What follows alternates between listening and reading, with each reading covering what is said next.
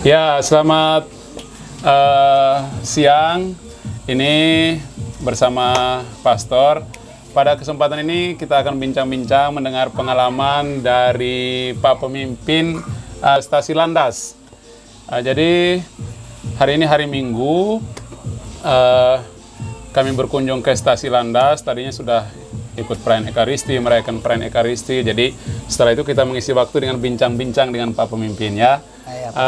Ini pas vlog lovers mau mengetahui, nanti Bapak memperkenalkan diri, namanya siapa, lalu perkenalan singkat dengan tentang gambaran tentang Stasi Landas itu sendiri. Silakan Pak, namanya siapa?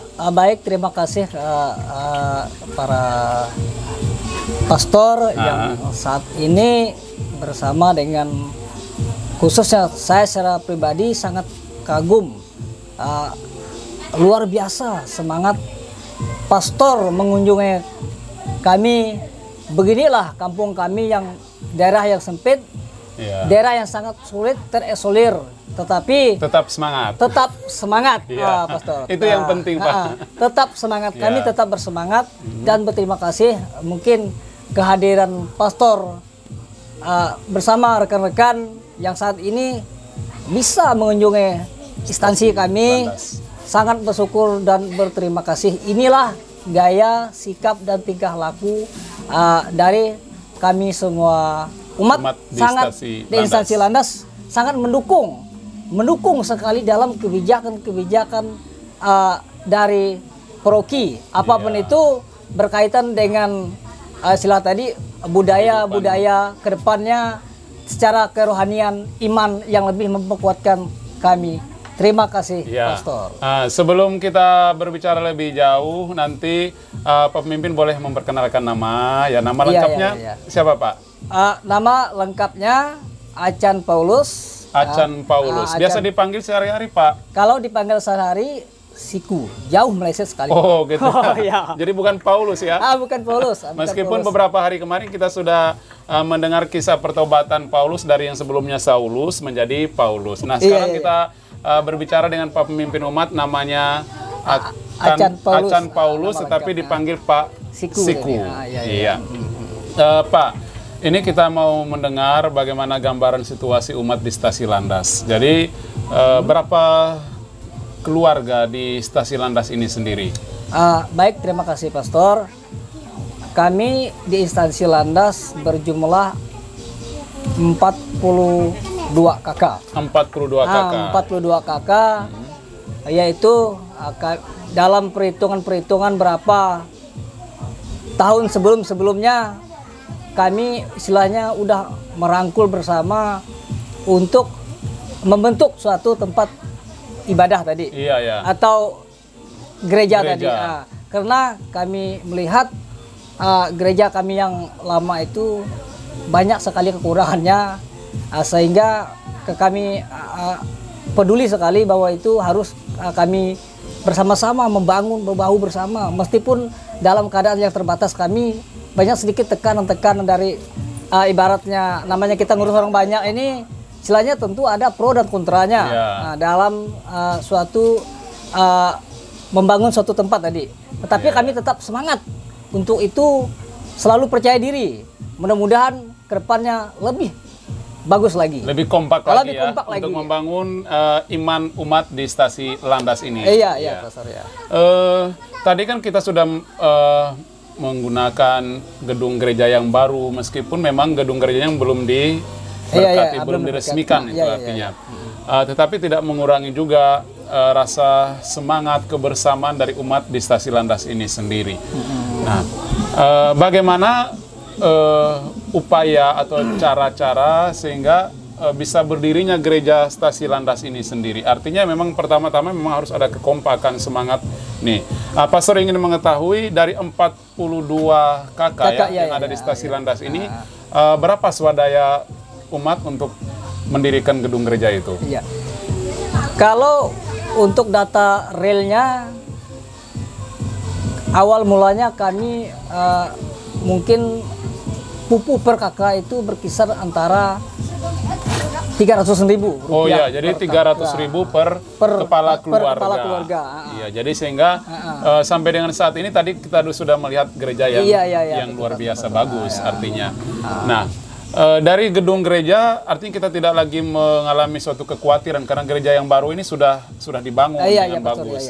Nah, bagaimana harapan Pak Pemimpin berkaitan dengan kepemimpinan di dalam gereja itu sendiri? Misalnya, apakah umat, misalnya seperti dalam perayaan Ekaristi, kadang-kadang juga pastor pernah juga mendengar dan menyaksikan juga ketika pastor mengatakan doa-doa itu ada begitu banyak umat yang memang belum bisa menjawab jawaban dari pastor dalam perayaan Ekaristi itu sendiri.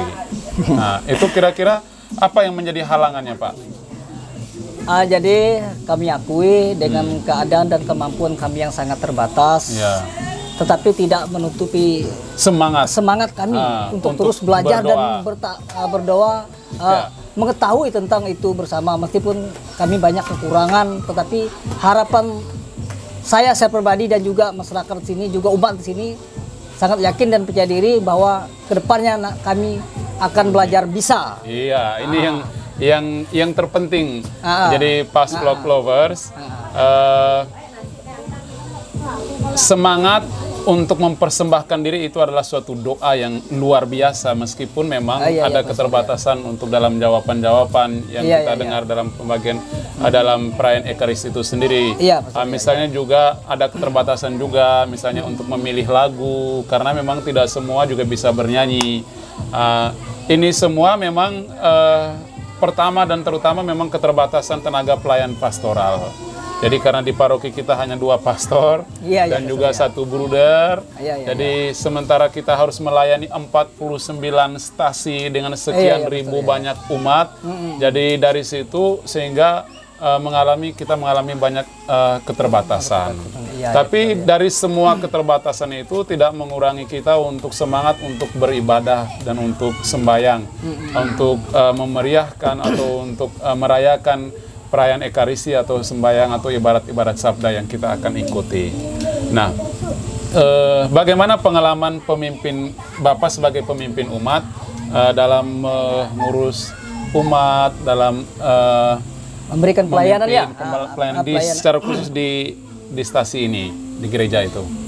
Iya, seperti yang saya katakan sebelum-sebelumnya, kita berusaha istilahnya untuk merangkul kebersamaan tadi. Gimana cara kita, kalau pengalaman kita yang sebelum-sebelumnya jujur, karena kita juga baru ibaratnya memimpin belum berapa lama ini yang mengajak namanya orang banyak itu sangatlah susah bagi kita pastor. Tetapi dia punya cara tersendiri, punya ayun tersendiri. Artinya tadi itu orang misalnya tidak rajin datang ke gereja.